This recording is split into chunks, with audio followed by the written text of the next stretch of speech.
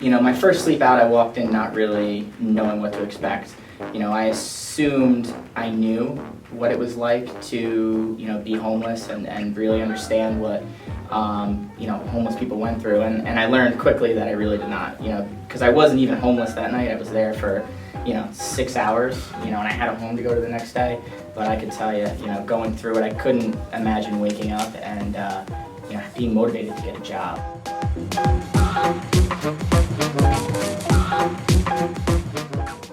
I just want to know why you're sleeping out tonight. I'm sleeping out tonight because, especially with Newark, this one means a lot to me because I was a former resident here. I slept on the 3rd floor. I try to come here and volunteer. So you support the club? Yes. It's a nice place. Yes. Then honestly, since I left the house, it's still been my home.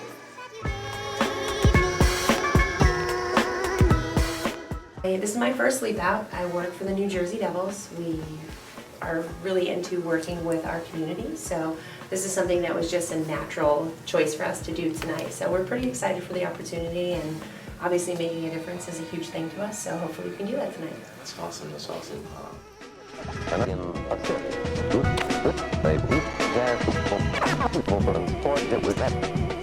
So how did you feel the cold throughout the night? Oh yeah. Was it noisy? Did you feel safe, secure? Yeah, I felt safe because I knew there were policemen on the roads and everyone around me was just like me. But if I was out on the streets on my own, I would be terrified. My grandma every morning would give me a plate of rice. And I was like, okay, that's interesting. So I was usually there for about 2 weeks. So that happened every day, and I was 11 years old, so I didn't really think anything about it. And then I came back 4 years later when I was 16, and the same family was there. It was a mom and a kid, and they were doing the same routine. And what really struck me was, at that point, I'm like, that's not okay. Like, that's not normal. Like, they don't have a home. So I was like, when there's a time when I'm old enough and when I can, I'm going to do something to try and change that. Covenant House started out here in Newark, in New Jersey, 25 years ago. We just started with vans, just driving around. We had no programs. Matter of fact, we camped out at a hair salon around the corner from here, and there was just hair everywhere. It just never went away. But we just drove around, just trying to listen to our young people, just trying to listen and get who they were and where they were. It's one of the great gifts of Covenant House, is this call to be present. Kind of resonated with you? Any story or? Sure.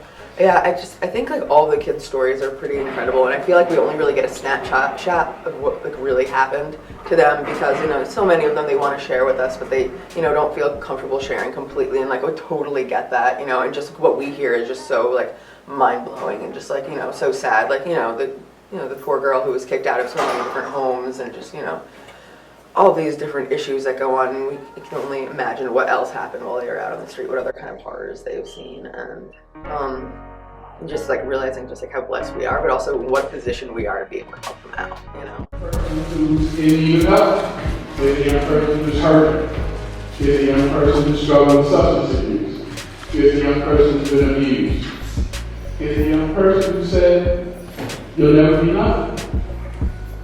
And our task and our job here at Covenant House is to grab that young person, put our arms around, and say, you know what? We got you.